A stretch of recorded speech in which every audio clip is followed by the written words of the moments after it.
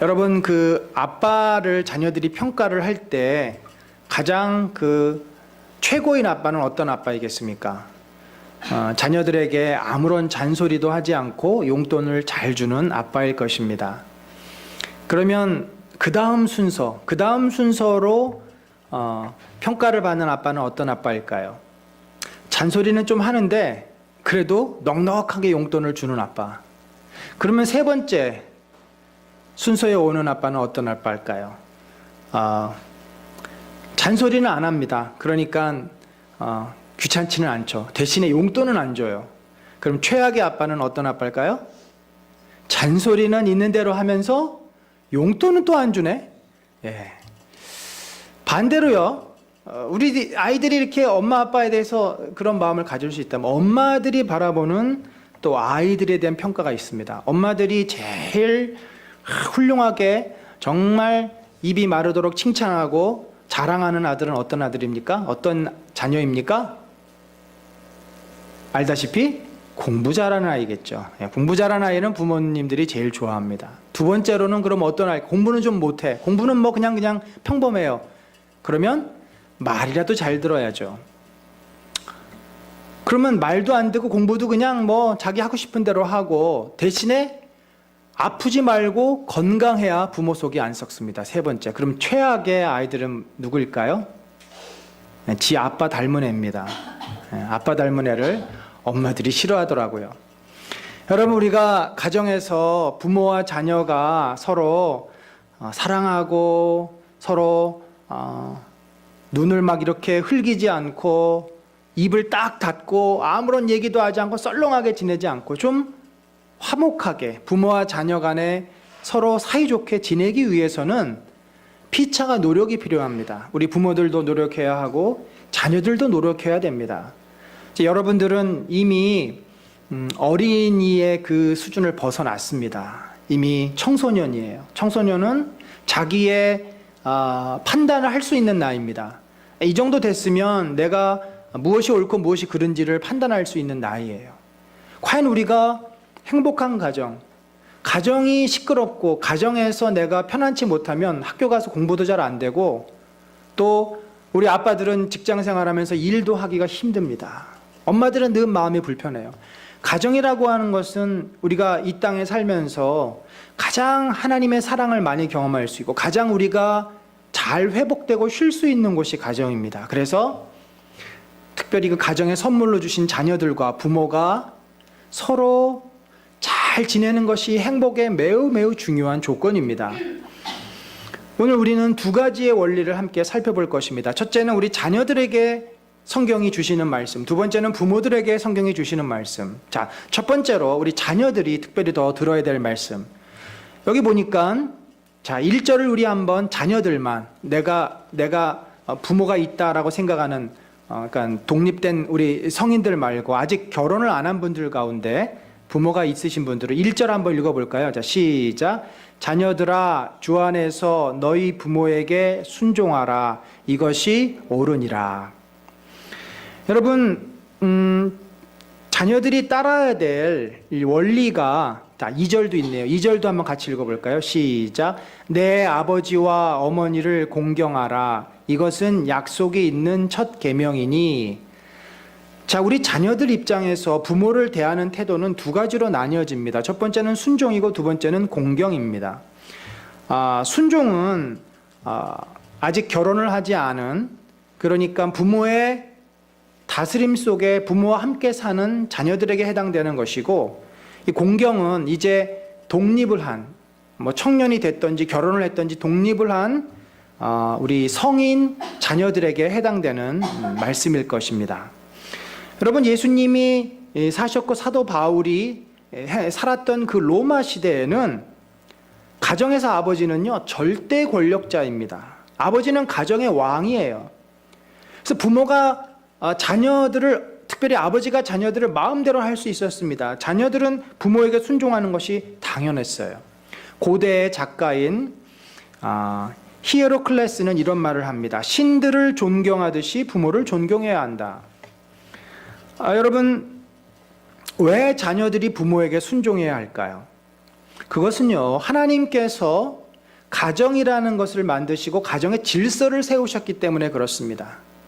가정을 책임질 수 있는 사람이 바로 가정을 다스릴 권한을 가지고 있는 거죠. 그게 질서예요. 학교에서도 교장 선생님이 있고 담임 선생님이 있고 학생들이 있고, 회사에서도 사장이 있고 또 과장이 있고 사원이 있고, 어떤 조직이나 어떤 모임들 속에는 질서라는 것이 있습니다. 질서가 없으면 그 모임은 뒤죽박죽이 돼버리고 맙니다.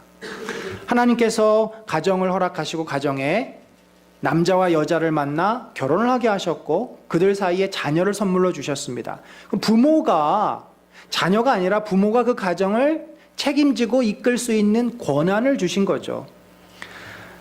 우린 이것을 이렇게 말합니다. 부모는 하나님의 대리인으로서 자녀를 다스리는 권위를 가지고 있다. 자녀들이 독립해서 자기 자신의 인생을 책임지기 전까지는 부모의 다스림 속에 놓여진다는 말씀입니다. 여러분, 이것은요, 이 성경적인 이유가 있습니다.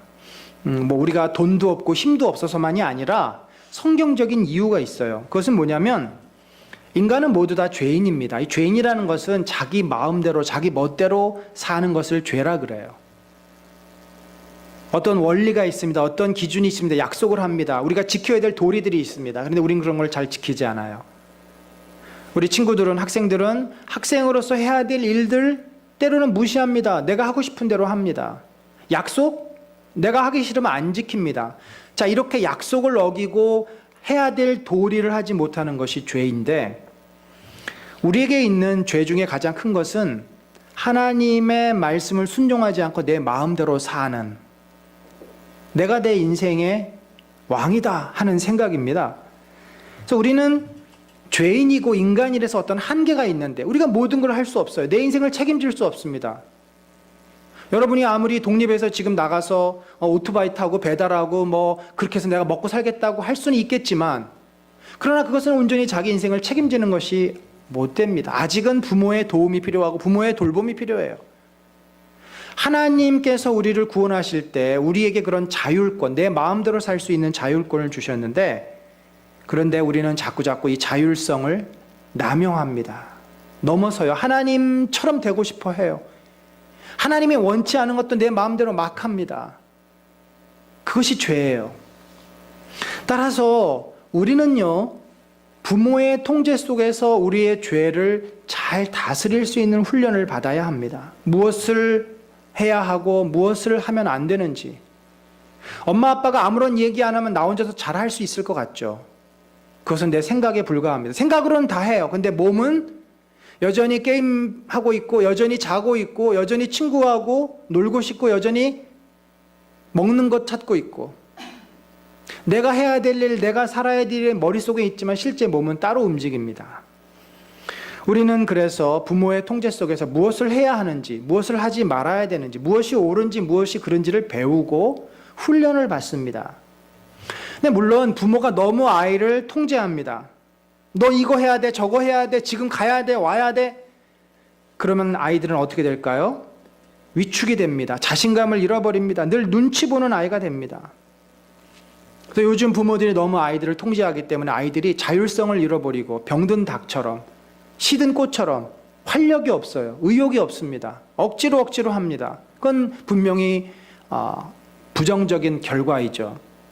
반면에 우리 아이가 귀하다고 해서 우리 아이를 자유롭게 해주고 싶어서 마음대로 할 수 있도록 풀어놨어요. 너가 큰 사고만 치지 않으면 돼. 네가 하고 싶은 대로 살아. 마음대로 살아. 아니면 부모가 다른 일 때문에 바빠요. 돈 버느라 바쁘고 여러 가지 일 때문에 정신을 못 써서 자녀들이 자기가 하고 싶은 대로 친구 만나고 미성년자가 가면 안 되는 곳도 다니고 이렇게 막 살아요. 그런데 이렇게 부모의 간섭이나 통제 없이 살면요, 어떻게 됩니까? 교만해지고 내가 뭐든지 할 수 있다는 생각이 들어가고 절대 누구의 이야기를 들으려 하지 않는 고집스러운 아이가 됩니다. 결국 인생이 자기 멋대로 사는 인생이 돼요. 그래서 부모의 통제와 부모의 그 다스림 속에서 순종의 훈련을 받지 못하면 내 멋대로 사는 인생이 됩니다. 근데 그게 어떻게 또 신앙과 연결이 되냐면, 부모에게 순종하는 법을 배우지 못하면 권위자에게 순종하는 것을 몹시 힘들어합니다. 권위자, 학교에서는 선생님이 계시고 교회에서는 목회자들이 있고 또 사회에서는 상사가 있고 어떤 권위, 그 자리가 주는 권위를 가진 사람들이 있어요. 그 사람들에게 순종을 하고 그 말을 잘 따르는 것이 너무나 불편하고 늘 싫어요. 그 훈련이 안 돼 있으면 그게 결국 어디로 가냐면 하나님의 말씀을 순종하는 것이 너무너무 힘듭니다. 여러분, 왜 우리가 하나님 말씀대로 순종하며 사는 게 힘들까요? 그 훈련이 안 돼서 그래요. 가만히 생각해 보면 내가 부모의 말씀을 정말 잘 듣고 순종했던 모습이 잘 없을 수 있습니다. 그래서 그만큼 우리 아이들이, 자녀들이 가정에서 부모의 말씀, 부모의 권위 앞에 순종하는 것은 이 아이들의 신앙을 위해서도 굉장히 중요한 일입니다. 우리 사랑하는 자녀들이여, 부모님의 말씀에 순종하시길 바랍니다. 여러분이 마음에 들지 않아도, 여러분이 불만이 있어도 일단 순종을 하셔야 돼요. 순종을 한 다음에 불만을 말하거나 여러분의 의견을 얘기하더라도 순종하는 것이 성경적인 원리입니다. 물론 부모가 말도 안 되는 것을 요구할 수도 있죠. 그래서 성경에서는 단서를 붙입니다. 어떻게 붙여요? 주 안에서 순종하라. 주님의 뜻 안에서 순종하라는 것입니다. 주님의 뜻과 어긋나는 것을 요구하면 우리는 순종하지 않아도 된다는 말이에요. 그만큼 부모들은 우리 아이들을 양육하고 키울 때는 주님의 뜻 가운데 아이들을 키워야지 내 감정으로, 내 생각으로 아이들에게 강요하고 요구하면요, 그게 결국 아이들에게 다 상처가 됩니다. 다 아이들이 그 마음에 흔적이 남습니다. 사랑하는 우리 자녀들이여, 여러분을 위해서, 여러분의 믿음을 위해서 부모에게 순종함으로써 하나님에게도 진실한 믿음, 진실한 순종을 할 수 있는 우리 자녀들이 되기를 바랍니다. 또한 우리 청년된 자들, 우리 청년 교사들 있죠. 교사들은 부모에 대해서, 우리 또 이미 장년인 우리 성인들은 부모에 대해서 어떻게 됩니까? 2절에 있는 것처럼 공경하는 것이 필요합니다. 이 공경한다는 말은 카바드란 단어를 쓰고 있는데, 카바드라고 하는 말은 잘 여러분에게 자주 이제 말씀드리는 단어입니다. 영광이라는 뜻이에요, 카바드가. 근데 이 카바드라고 원래 의미는 무겁다 뜻입니다. 무겁게 하다. 그러니까 부모에 대해서 내가 가볍게 여기지 말라는 것입니다. 쉽게 생각하지 말라는 거죠. 부모는 매우 무거운 자입니다. 존중을 받아야 되는 자입니다. 왜 우리가 부모를 존경하고 공경해야 합니까? 공경받을 만한 어떤 자격이 있어서가 아닙니다. 자식을 때로는 잘못 키울 수도 있죠. 사랑을 충분히 안 해줄 수도 있어요. 그런데 그것과는 상관없이 부모이기 때문에 공경하라는 것입니다. 나를 낳아주셨고 어쨌든 길러주신 분이기 때문에 그분들을 존중하고 공경하는 것이 바로 성경의 원리입니다. 여러분, 그래서 우리는요, 부모님을 언제나 귀하게 여기고 잘 섬길 수 있으면 섬길 수 있는 대로 섬겨야 합니다. 사실 이제 우리 나이든 우리 집사님들은 그런 생각을 할 겁니다. 부모님들이 점점 나이가 드시면, 연로해 주시면 경제력이 없어지고 또 병에 듭니다. 그러면요, 자식들이 점점 무관심해져요. 귀찮아합니다. 나중에는 우리들에게 수고하고 희생하고 자녀를 키운 그 부모의 마음과 그 삶은 거의 다 잊어버려요. 그냥 내리사랑으로 당연한 것으로 여깁니다. 그리고 한 번 더 찾아가야 되고 병원 모시고 가야 되는 것을 몹시 귀찮아합니다. 그래서 어느 집이나 연로한 부모님을 모시는 게 제일 지금 중요한 이슈가 아닌지 모르겠습니다. 하나님은 우리의 인간성을 아십니다. 나 중심적인 삶을 아세요. 그래서 부모를 공경하라. 요즘 그 할머니 할아버지들이 그 손주들에게 할머니 할아버지 대접을 받으려면 주머니에 실탄이 많이 있어야 된다고들 하지 않습니까? 아이들에게 용돈을 주고 아이들 막 어디도 보내주고 이래야만 애들이 할머니 할아버지를 찾아오지, 아이들에게 뭘 줄 수 있는 게 없는 분들은 할머니 할아버지 찾아오지도 않아요. 그래서 부모가 먼저 할머니 할아버지, 부모를 부모로서 공경하고 그분들을 존중하고 섬기고, 이것은 우리의 본성과 역행하는 겁니다. 성경은 그래서 명령을 하는 거예요. 이런 말씀을 하지 않으면 부모를 어떻게 할까요? 귀찮아하겠죠. 잘 찾지 않을 것입니다. 인간의 모습은 똑같습니다. 우리나라 옛날에 고려장이라는 게 있었잖아요. 나이 드신 노인을, 그때야 못 먹는 시대니까 잎 하나 줄이기 위해서 산에다 갖다 버리는, 요즘은 뭐 요양원으로 모시긴 하지만 어쨌든 우리가 부모를 잘 섬기는 것이 성경의 또한 말씀입니다. 그래서 성경은 이것이 쉽지 않은 일이기 때문에 약속을 주셨어요. 너희가 이렇게 부모를 공경하면 반드시 뭐예요? 내가 잘되고 땅에서 장수하리라. 우리 문화도 유교 문화입니다. 부모에게 효도하는 자들을 사회적으로 굉장히 높게 여겨주고 효도하는 자녀들을 굉장히 주변에서 칭찬합니다. 왜 그럴까요? 여러분 생각해 보세요. 부모님을 잘 모시고 부모님을 공경하는 사람은요, 누구를 만나도 그 사람들을 잘 대할 수 있는 사람입니다. 그게 훈련이 되는 거예요. 엄마 아빠가 사랑스러워서 달라붙고 하는 건 아기 때죠. 벌써 사춘기만 되면 엄마 아빠가 귀찮아요. 옆에 오는 걸 싫어해요. 독립적이 됩니다. 그리고 결혼을 해서 가정을 가지면 더더군다나 뭐 김치를 얻으러 가거나 뭘 주신다 그러면 몰라도 부모님 어디 모시고 가고 뭐 사드리고 하러 가는 것은 굉장히 부담스럽고 힘든 일이에요. 생각이 전혀 나지 않아요.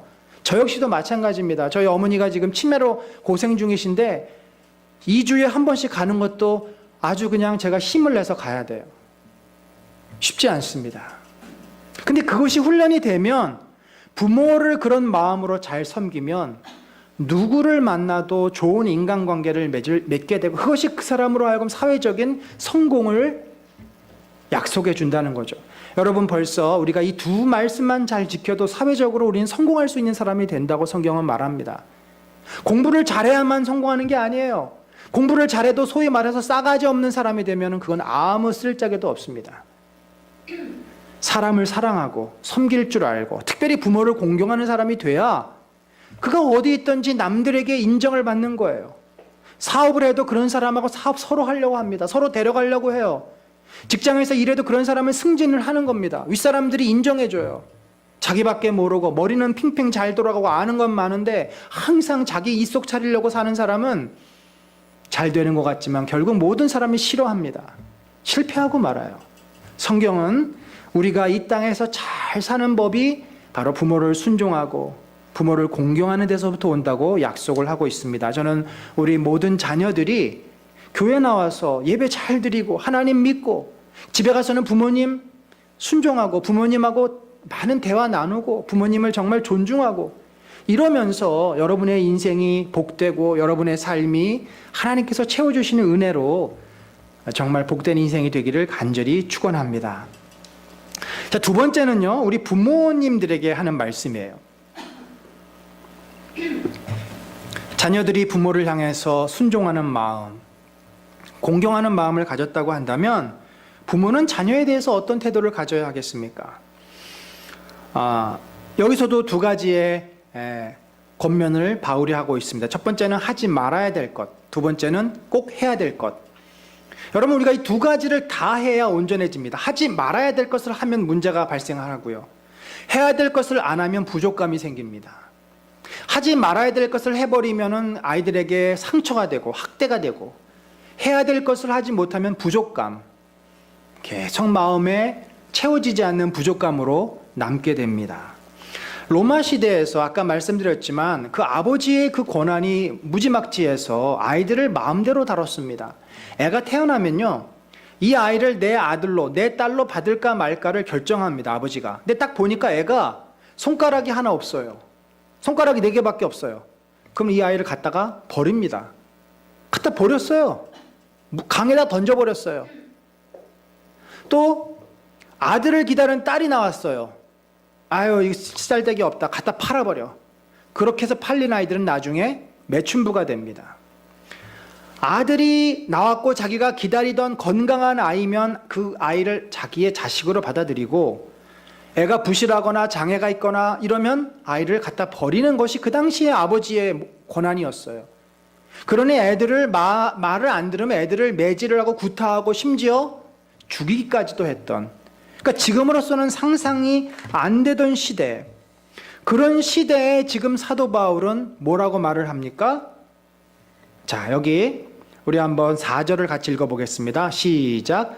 또 아비들아 너희 자녀를 노엽게 하지 말고 오직 주의 교훈과 훈계로 양육하라. 노엽게 하지 마라. 화나게 하지 말라는 거죠. 그 당시에는 노엽게 하는 정도가 아니라 그게 일상생활이었어요. 툭하면 구타하고 심부름시키고 자기 마음대로 아이들을 다뤘습니다. 근데 언제 이제 시대가 바뀌었습니다. 우리 아이들을 어찌 보면 집안에서 신주단지 모시듯이 가장 귀하게 여깁니다. 그런 시대가 됐어요. 그런데도 놀랍게도 우리 아이들이 분노할 때가 많습니다. 언제 우리가 아이들을 노엽게 할까요? 몇 가지로 생각해 볼 수 있습니다. 첫 번째, 아이들의 감정이 상할 때. 여러분, 아이들은요, 생각보다 감정적입니다. 감정이 굉장히 성인보다 더 예민해요. 그래서 우리가 나도 잘 모르게 화를 낼 때가 있어요. 아이가 내 감정을 상하게 하거나 말을 안 들었거나 약속을 지키지 못했거나 여러 가지 상황이 있죠. 그래서 내가 버럭 화가 날 때가 있습니다. 그러면 이 아이는 자기가 뭔가를 잘못했으면 잘못한 것에 대한 정확한 판단을 하고 그리고 자기가 그것을 미안해하는 마음을 가져야 되는데 엄마나 아빠가 먼저 화를 내면 그 미안한 마음을 가질 틈이 없이 기분이 확 상해집니다. 그렇잖아요. 누가 나한테 화를 내는데 기분이 좋을 사람이 어디 있어요? 내 지금 잘못한 행위에 대해서 내가 스스로 반성할 수 있는 시간을 가져야 되는데 그거 가질 여력도 없이 기분이 확 나빠버리고 사람의 감정이 상하면요, 그 다음부터는 모든 판단이 정지됩니다. 그리고 그것이 반복이 돼요. 그러면 아이들은 잘못된 행동을 하고도 내가 이것을 잘못했다는 생각을 하지 못하고 기분이 나쁘다고만 생각해요. 그러니까 아이들에게 그 잘못된 행동이 고쳐질 기회가 없는 겁니다. 그러니까 그때만 화를 내니까 화내는 게 싫어서 그때만 움찔하고서 그 행동을 안 하지만 지나고 나면 다시 나도 모르게 똑같이 하는 거예요. 고쳐질 기회를 상실합니다. 아이들을 무시하고 아이들에게 굴욕감을 줄 때도 아이들은 노엽게 됩니다. 우리들은 쉽게 아이들의 의견이나 때로는 그 인격을 무시합니다. 아유, 이 조그만 게 알지도 못하고 까불어. 네가 뭘 안다고 끼어들어? 조용히 안 해? 이런 식으로 아이들의 그 무지와 그 연약함을 가지고 공격하는 태도. 때로는 우리들이 아이들이 무슨 얘기를 하면은 그 말을 다 듣지를 못해요. 그게 저도 그렇고 일반적으로 우리 어른들의 그 모습이 아닌가 싶습니다. 아이들이 무슨 얘기를 하면 아이들은 조리 있게 처음부터 일목요연하게 쫙 얘기를 하는 게 아니에요. 막 들쑥날쑥하고 때로는 앞뒤도 안 맞고 아니면 뭘 말하는지도 모르겠고 그래서 부모들이 답답하니까 중간에 끼어들어서 유도신문을 하고 그러니까 너는 이미 이 말이 이런 거라지 이런 거라는 거지 라고 한다든지 아니면 이야기를 듣다가 이 녀석 봐라 엉뚱한 핑계를 대네. 그러니까 중간에 어떻게 해요? 인터셉트를 탁 합니다. 끊어서 끼어들어 가지고 그 다음에 부모가 정답을 제시해요. 너 이렇게 해서는 안 되고 이렇게 해야 돼. 설득을 합니다. 그러니까 아이가 자기 얘기를 하고 있는 사이에 어느덧 부모가 걔를 설득하는 장면으로 바뀌어버려요. 저희 아이가 저에게 불만을 얘기했던 것 중에 하나 기억나는 게 아빠는 왜 내 이야기를 다 끝까지 듣지도 않고 아빠 마음대로 생각해? 라는 말을 한 적이 있습니다. 초등학교 때. 제가 섬찟했어요. 그래서 우리가 어떤 것이 필요하냐면 아이들을 대할 때 아이는 분명히 기계가 아니라 아이지만 어린아이지만 하나의 인격체입니다. 그래서 그 우리 아이들도 느낌이 있고 자기 생각이 있고 그 느낌과 생각을 우리 부모들이 다 받아들일 수 없을 수도 있어요. 그러나 그 아이들의 생각과 감정을 다 들을 필요는 있는 겁니다. 끝까지 말할 수 있도록 기회를 주고 그래야만 내가 한 인간으로 존중을 받을 수 있는 겁니다. 때로 강요를 받을 때가 많습니다. 아마 이것이 가장 일반적일 텐데 대부분 부모는 자녀들에게 공부를 요구합니다. 그것이 물론 아이들이 해야 될 중요한 일이기 때문이기도 그렇습니다. 그런데 우리는 이제 수단과 방법을 가리지 않는 거죠. 직접적으로도 말했다가 안 되면 그 은연중에 압박을 하고 또 여러 가지 방면으로 압박을 하고 강요를 합니다. 근데 여러분 강요를 해서 될 것이 있고 강요를 해서 튕겨나가는 것이 있어요. 사실 우리 아이들이 스스로 자발적으로 공부할 필요성을 깨닫고 스스로 공부하는 아이는 몇 프로 안 됩니다. 해라고 하니까 하고, 해야 되니까 하고. 우리들은 훨씬 더 아이들을 강요하면서 키우는 입장이 많은데, 그냥 고민이에요. 이때 때를 놓치면 공부를 또 언제 할 수 있는 것도 아니고. 하지만 이제 제 경험을 비춰보면은 지금보다는 조금 더 우리가 기다림이 필요하지 않을까. 좀 늦게 가더라도. 우리가 늦게 가는 거 굉장히 힘들어합니다. 그런데 늦게 가더라도 제대로 가는 게 중요하지 빨리 간다고 대수는 아니더라고요. 마지막으로 우리 아이들이 언제 분노하게 되냐면 좀 억울할 때, 내가 한 잘못은 한 5 정도밖에 되지 않은데 우리 엄마가 우리 아빠가 한 10 정도를 야단치는 거예요. 사실 우리는 때로 자녀들에게 내 감정을 폭발시킵니다. 자녀들에게서 내가 보고 싶지 않은 모습을 봤다든지, 자녀들이 나를 무시하고 자녀들이 계속해서 반복적으로 부모의 말을 듣지 않는다든지, 어떤 나의 마음에 분노를 유발시키는 모습을 보였을 때 우리는 나도 모르게 분노가 쏟아져요. 그러면 그 분노는 또 다른 분노를 야기하게 됩니다. 그래서 부모가 필요한 것이 뭐냐면 평소에 분노 관리를 잘 하셔야 돼요. 분노 관리라는 것이 좀 낯설지만 화가 나거나 마음이 답답하거나 짜증이 나면 그때 그것을 풀어야지, 그것을 쌓아놓으면 언젠가 한꺼번에 폭발할 수가 있습니다. 사랑하는 성도 여러분, 우리가 아이들을 가장 기본적으로 인격적으로 대하는 태도가 필요합니다.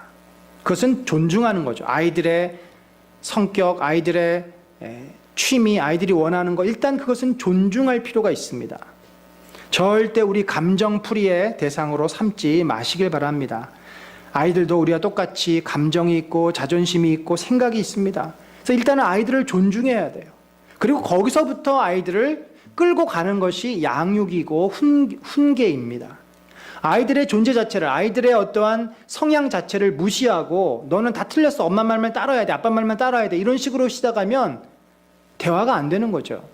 그래서 분노케 하지 말고 아이를 있는 모습 그대로 인정해주고 받아주고, 거기서부터 이 아이를 건강하고 지혜로운 아이로 이제 훈육하고 양육하라 하는 것이 사도 바울의 이야기예요. 오직 주의 교훈과 훈계로 양육하라. 이 양육이라고 하는 말은요, 영양분을 주다라는 것입니다. 우리 아이들에게는 영양분이 필요합니다. 어떤 영양분이 필요할까요? 바르게 사는 것이 무엇인지에 대한 가치 기준이 필요합니다. 그건 가르침이죠. 가르침. 이 교양이라고 하는 것은 깨닫기 위한 가르침이고요. 훈계는 훈련입니다. 트레이닝이에요. 디스플린이에요. 그러니까 우리가 아무리 바른 가르침을 받아도 그렇게 살기까지는 연습이 필요한 거예요. 우리 아이들이 공부 잘하기 위해서는 좋은 선생님 밑에서 배웁니다. 방법을 배우고 또 여러 가지 지식을 얻습니다. 그런데 그것이 내 것이 되려면 어떻게 해야 돼요? 프랙티스를 해야 돼요. 스스로 문제를 풀어보고 고민해보고, 같은 원리입니다. 우리가 이 땅에서 하나님의 자녀로 살기 위해서는 무엇이 하나님의 뜻이고 어떻게 사는 것이 참으로 바른 삶인지를 배워야 돼요. 깨달아야 돼요. 그리고 나서는 깨달았으면 그것을 살 수 있도록 훈련을 받아야 됩니다. 여러분, 우리가 무엇으로 아이들을 가르치고 무엇으로 이 죄인들, 우리도 죄인이지만 아이들도 죄인입니다. 무엇으로 이 죄인을 의인이 되도록, 성숙한 건강한 아이가 되도록 가르치겠습니까? 본문은 바로 주의 교훈과 훈계, 주님의 말씀으로 이 아이들을 잘 가르치라고 권면을 합니다. 유대인들은 랍비들이 하나님의 말씀을 기초로 만들어냈던 탈무드를 가지고 아이들을 가르칩니다. 근데 여러분 주변에 교회 다니지 않는 신앙인이 아닌 세상 사람들은 어떻게 그 아이들을 가르칩니까? 바로 세상의 지혜로 가르칩니다. 이 세상에서 경쟁 사회에서 살아남기 위한 세상의 지혜로 아이들을 가르쳐야 돼요. 능력 있는 아이로 가르치기 위해서 애들을 공부시킵니다. 그런데 제가 발견하는, 제가 생각하는 가장 맹점은 뭐냐면, 공부는 모르겠어요. 뭐 탁월하게 가르칠 수 있을지 모르지만 아이들의 인성 교육은 학교에서도 더군다나 가정에서도 제대로 시키지를 못하고 있다는 거죠. 어떻게 친구하고 잘 지낼 수 있는지, 어떻게 남을 존중하고 남과 협업할 수 있는지, 이 부분이 되어 있지 않으면 지식만 가지고는 절대 사회에서 성공할 수가 없습니다. 여러분, 그 인성교육이 도대체 어디서 됩니까? 사람들은 이 지식교육에 급급해가지고 인성교육은 아예 땅에 내려놓고 맙니다. 그리고 나서는 이제 우리 세상의 부모들은 다 마지막에 자기의 경험으로 아이들을 가르치죠. 여러분 어떠십니까? 과연 이 세상의 지혜로 아이를 키울 때 아이들이 정말 이 세상에서 경쟁력 있고 또 많은 사람들에게 사랑받는 그런 아이들로 자랄 수 있을까요? 저는 그렇게 생각하지 않습니다. 우리 인간이 죄인인데 이 죄인이 가지고 있는 잘못된 기준으로 아이들을 가르쳤을 때 지식 중심의 그 교육이 얼마나 아이들로 하여금 행복한 인생을 살 수 있도록 도울까요? 너무나 많은 맹점이 있습니다. 그래서 우리는 이 시대 그 누구보다도 탁월한 하나님의 말씀, 이 말씀을 가지고 아이들을 가르쳐야 돼요. 자, 우리 디모데후서 3장 16절로 17절 한번 같이 읽어보겠습니다. 시작. 모든 성경은 하나님의 감동으로 된 것으로 교훈과 책망과 바르게 함과 의로 교육하기에 유익하니 이는 하나님의 사람으로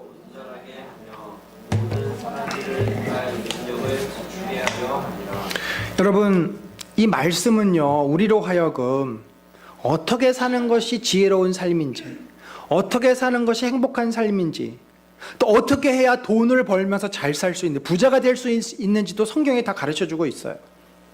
성경에 있는 그 원리대로 하면요, 반드시 사업을 하면 성공을 합니다. 직장에서 승승장구할 수 있습니다. 기술은 배우면 돼요. 내가 없으면 또 남의 것을 쓰면 돼요. 그러나 마음의 태도와 지혜는 성경에서 아니면 우리가 얻을 수가 없습니다. 그러면 우리들이 이 성경 말씀으로 주일학교에서도 가르칩니다. 또 집에서도 아이들과 같이 가정 예배를 드리도록 저희가 권면을 드리고 있습니다. 이렇게 말씀을 가지고 아이들을 가르치고 이제 살도록 했는데, 근데 그 말씀을 배웠다고 우리가 바로 사는 게 아니잖아요. 우리의 신앙이라는 것은 무엇입니까? 나의 인격과 나의 생각과 나의 의지가 다 담겨져 있는 건데, 이것이 내가 배운 것을 그대로 살려면 훈련이 필요한 거예요. 여러분이 새롭게 학교에서 학원에서 배운 것을 여러분의 것으로 소화하려면 연습을 해야 돼요. 문제를 풀어봐야 돼요. 단어를 외워야 돼요. 여러 가지 복잡한 상황에서 고민하고 또 논리적으로 전개해 봐야 돼요. 마찬가지입니다. 하나님의 말씀을 우리가 교회에서 또 가정에서 배웁니다. 또 예배도 드립니다. 나눕니다. 그러면 그대로 살 수 있도록 우리들이 노력을 해야 되는데 그 키를 누가 가지고 있습니까? 부모가 가지고 있어요. 아이들은 엄마 아빠의 이야기를 듣고 자라는 것이 아니라 엄마 아빠의 모습을 보고 자랍니다. 엄마 아빠가 먼저 순종하고 엄마 아빠가 먼저 말씀대로 사는 본을 보여야 돼요. 엄마 아빠가 어려울 때 기도하고 엄마 아빠가 정말 예배를 소중하게 여기고 엄마 아빠가 믿음으로 세상의 어떤 그 이익, 눈앞에 있는 이익보다 하나님을 더 귀하게 여기는 그 믿음을 아이들한테 보여줄 때, 아, 이렇게 사는 거구나. 아이들은 부모의 그 모습을 보고 배우게 됩니다. 결국 어렸을 때부터 신앙교육을 하고 믿음으로 산 자녀들이 절대로 망하는 법이 없습니다. 저는 확신합니다. 성경의 약속이고 저희 주변에서나 제가 본 모든 믿음의 가정이나 저희 가정도 마찬가지입니다. 어린 시절부터 뭐 공부를 잘할 수도 있고 못할 수도 있죠. 학교 생활을 잘할 수도 있고 못할 수도 있죠. 그러나 어렸을 때부터 신앙교육을 잘 시키고 말씀으로 아이들을 키우고 본인들이 신앙 안에서 살려고 애쓴 그 가정은 자녀들이 반드시 사회에서 건강한 아이로 자라고 행복한 자기들의 인생을 살게 됩니다. 말씀을 맺겠습니다. 자녀들은 내 소유물이 아닙니다. 하나님이 나에게 주신 하나님의 사람들입니다. 우리는 자녀들을 귀한 인격으로 존중하며 자녀들을 주님의 지혜와 말씀으로 잘 양육하고 훈련해야 합니다. 그래서 이것이 어려운 일이기 때문에 눈물 섞인 기도가 필요하고 오랜 인내와 오랜 참음이 필요합니다. 아니, 내 자신이 먼저 씨름하고 주님 말씀 앞에 순종하지 않으면 우리 아이들이 절대 움직이지 않습니다. 그래서 우리가 아이들에게 하는 말을 절반으로 줄이고 우리가 하는 행동을 2배로 늘린다면, 믿음의 모습을 더 보인다면 우리 아이들은 반드시 그 모습을 보면서 생각하게 될 것이고 배우게 될 것이고 따르게 될 줄로 믿습니다.